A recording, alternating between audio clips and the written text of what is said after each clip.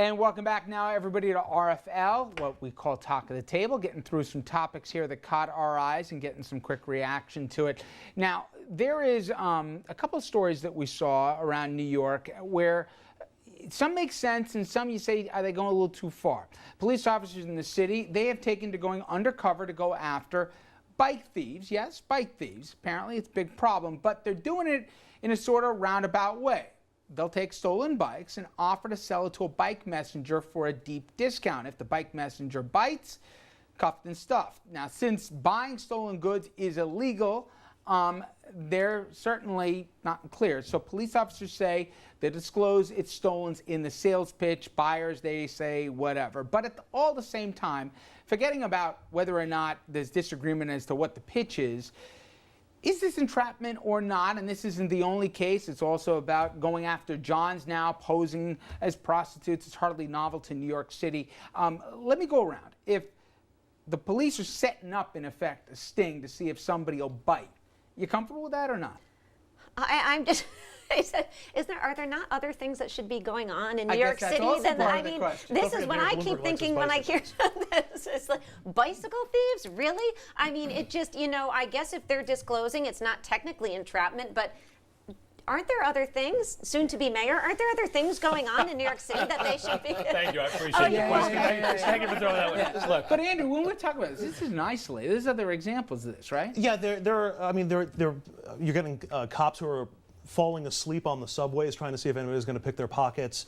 I got no problem with that. To varying degrees. Yeah, I guess. But if you're sitting there with your wallet dangling out of your pants, again, nobody should be doing that. The thing though is, if you say to somebody, "Hey, you want to buy, this great bike, $50, it's hot," and they do it, $1,000 bicycle. Yeah. And this is in a city where we're used to walking through Times Square and somebody selling you a Rolex for $20 that you're pretty sure isn't on the level. Listen, I know you're loving to duck this one, but come on, is this what we want the NYPD doing? Look, I think that in the end, if what's entrapment and what isn't has been defined over a period of time. If someone says, "Hi, I want to buy this stolen bike," it's supposed to say no. Don't buy the stolen bike. But how about trying to stop and prevent those thieves or the thefts from happening in the first place, as opposed to trying to catch the people who are just trying to get a bargain on the other end?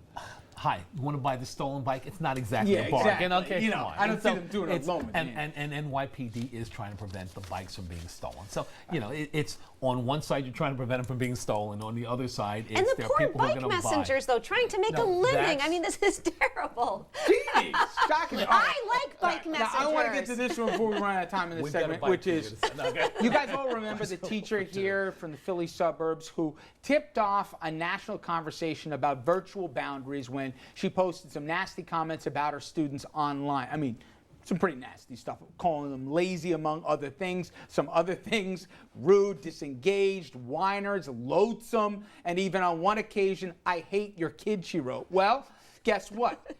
Woman's back in the classroom, and her same old job. We had a big debate when this thing came out. Jeannie, we all, from academia, there are certainly kids out there that'll drive you crazy, but this whole idea of what you're allowed to say in your free time or not, I'm sorry, as a parent, if somebody's saying that stuff, I don't think my kid's getting a fair shake in the class. Hopefully I'm not saying about my kid, but you surprised she's got her job back?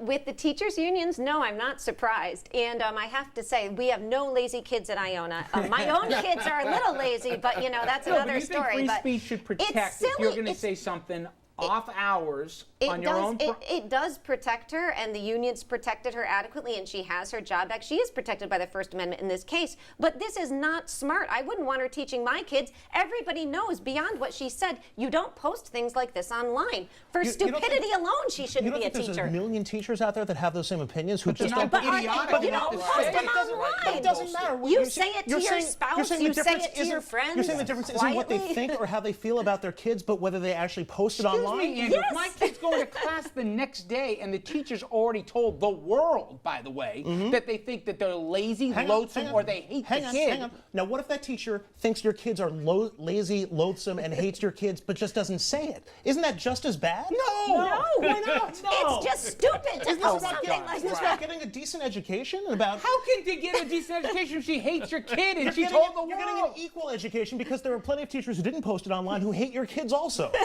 They don't hate my kids, but yeah. Dominic, you with me here?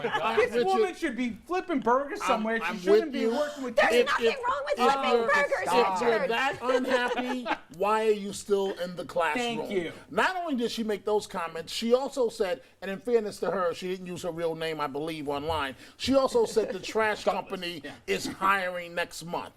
I don't want a teacher like that teaching my kids. Bike messengers, flipping And not only burgers. that, okay, where do we draw the line? What happens if she says something else? Where do we draw the line? But the problem here is she has every right to say it based on She the First does. Amendment, and the unions are Well, what if she protecting said her. she So didn't there's. she didn't like minority kids. Right. Or she Well, thought right. that women couldn't, girl students couldn't handle the math. I draw the questions. line at the women There thing, you go, know right. that. But no, absolutely, it's ridiculous. It doesn't make sense for her professionally to be saying this. It wasn't She very has smart. to be able. A teacher's job is also a leadership job. Yeah. She has to be able to lead that class, Yeah. and in what she said publicly, she's given up the opportunity and the ability to lead those I'm students. sitting Yeah, with the thought absolutely. police here because we're prosecuting this woman for what she thinks. It's just that No, you know it's what what she she thinks. did and said. and it's what her job What's is. the difference between posting it and standing in front of the children in her class and saying, by the way, I hate all of you. I want that teacher in front of my children. Because she was Oh, having yeah. a conversation with other people. What if she's at a bar and she's saying, you know what, I hate my kids, and there's, maybe one of her kids' teachers But she behind posted this her. for perpetuity, Andrew. She posted it on whatever I don't remember, was it Facebook? Was it, I don't Then remember she what. should pay the consequences. If she's going to go do that, you have to own up to your words. And I get the last one, by the way.